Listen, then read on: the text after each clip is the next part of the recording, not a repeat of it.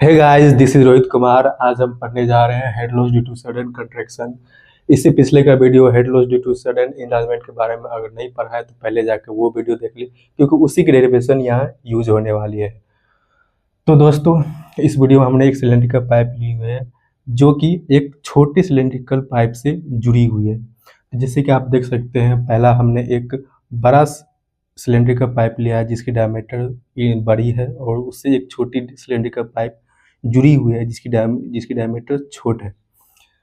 तो दोस्तों, पहले होती क्या है कि यहाँ से जैसे ही लिक्विड फ्लो होती है तो इसमें एक फ्लो फ्लो प्रोफाइल जनरेट होती है कुछ इस तरह से, जैसे कि आप देख रहे हैं। कुछ इस तरह से फ्लो प्रोफाइल जनरेट हुई है क्योंकि लिक्विड बड़े पाइप से छोटे पाइप में ट्रेवल हो रही है। तो यहाँ आप देख रहे हैं कि वेलोसिटी प्रोफाइल कुछ इस तरह से जनरेट होती है। यहाँ से फिर ऐसे जाती है, फिर यहाँ से कुछ इस तरह से जाती है। तो होता क्या है कि इस रीजन में आके यहाँ पे आके बहुत ही छोटा एरिया यहाँ पे हो जाता है। बहुत ही छोटा एरिया यहाँ पे हो जाता है जिसका जिसका नाम हम कहते हैं वेना कॉन्ट्रैक्ट। यानी कि इस एरिया का नाम क्या होता है? Vena contract. क्योंकि दोस्तों यहाँ पे एरिया बहुत ही मिनिमम हो जाती है, क्योंकि लिक्विड का प्रोफाइल कुछ इस तरह से जनरेट होता है।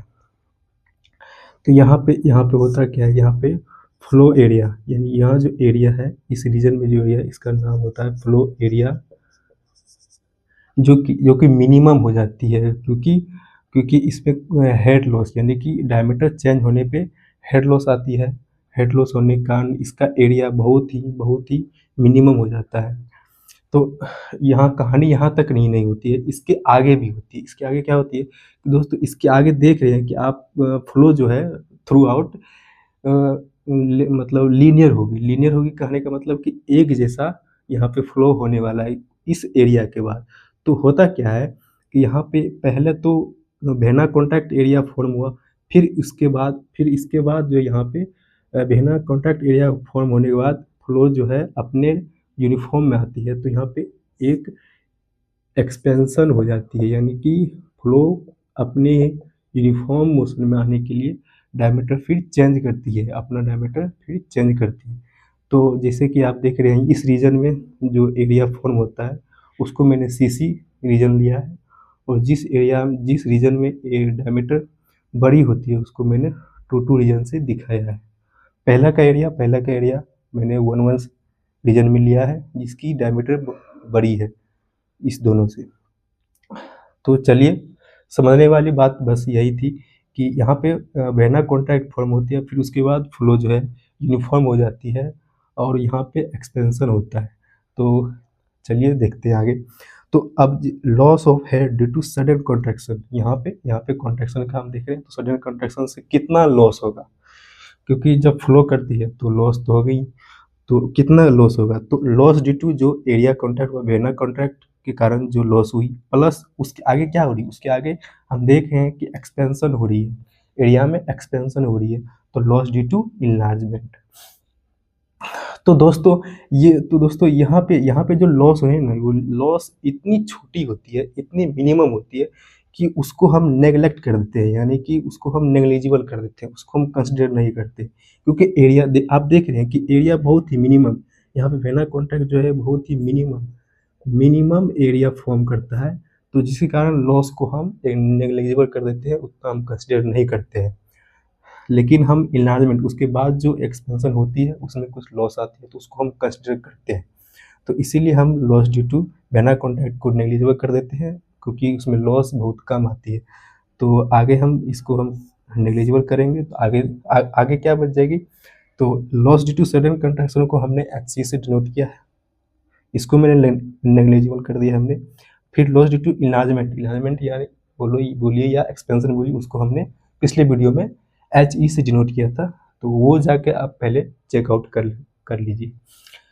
तो HE का फॉर्मूला हमने पिछले वीडियो में ड्राइव किया था कि VC माइनस V2/2G। VC क्योंकि हम जो है हम इस एरिया में, इस रीजन में स्टडी करने वाले हैं, क्योंकि बेसिकली बेसिकली यहाँ से इनलार्जमेंट एक्सपेंशन का ही हम लॉस देख रहे हैं, एक्सपेंशन का ही लॉस देख रहे हैं। तो इसी रीजन में जितना लॉस होगा हम उसी को कंसिडर करेंगे। तो यहाँ की वेलोसिटी VC, यहाँ वेना कॉन्टैक्ट पर वेलोसिटी VC है और टू रीजन पे वेलोसिटी V2 है। तो first velocity minus second velocity whole square upon 2g, यही होता है। ये नहीं आप रख दीजिए कि V2 माइनस VC, ये नहीं। जिस रीजन में लॉस हो रहा है इनलार्जमेंट के कारण, उसका first velocity minus second velocity whole square upon 2g।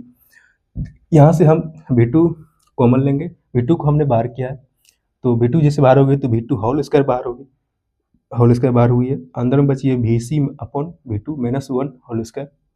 हमने किस तरह से कॉमन लिया आप देख सकते हैं दोस्तों। हमने V2 को बाहर लिया, V2 को बाहर लेंगे जब तो V2 होल स्क्वायर बनेगी अपॉन 2g, फिर अंदर में VC अपॉन V2 बनेगी, माइनस 1 कॉमन आ जाएगी, इस पे होल स्क्वायर बनेगी। अब हम कंटिन्यूटी इक्वेशन से जानते हैं कि AC into VC equal to A2 into V2।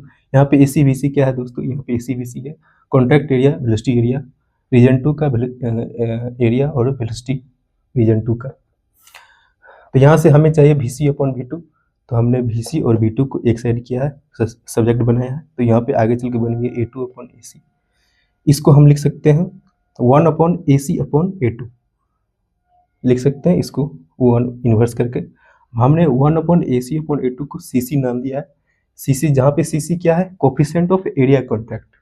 Area contact कहने का मतलब कि एरिया में कितना कॉन्ट्रैक्शन आया है, एरिया में कितना कॉन्ट्रैक्शन हुआ है। क्योंकि यहाँ पे देख रहे हैं कि एरिया में कॉन्ट्रैक्ट हुआ, इसके अपेक्षा यहाँ पे एरिया में कुछ ना कुछ कॉन्ट्रैक्ट हुआ है, तो उसी को हमने CC के नाम से डिनोट किया है।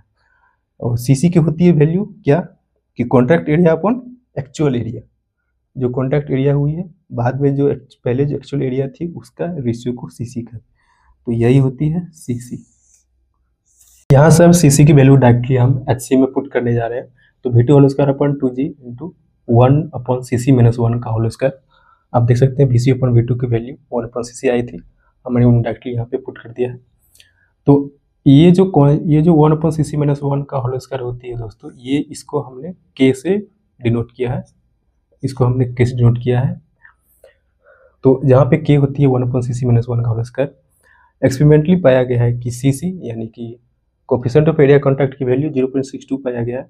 तो इसको अगर आप यहाँ पे पुट करेंगे तो यहाँ पे हो जाएगी K की वैल्यू 0.375 और CC की एक्सपेरिमेंटल वैल्यू 0.62 निकाली गई है।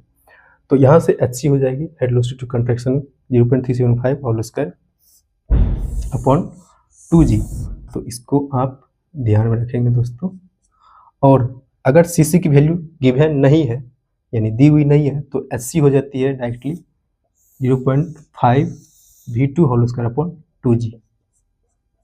अगर आपको क्वेश्चन में CC की वैल्यू नहीं दी हुई है तो आप डायरेक्टली ये पुट करेंगे दोस्तों। अगर आपको क्वेश्चन में CC की वैल्यू दी हुई है तो पहले आप यहाँ से K की वैल्यू फाइंड करेंगे, फिर उसको यहाँ पे आके रखेंगे, उस हिसाब से आप SC का फॉर्मूला पुट करेंगे, फिर आपको वैल्यू आएगी।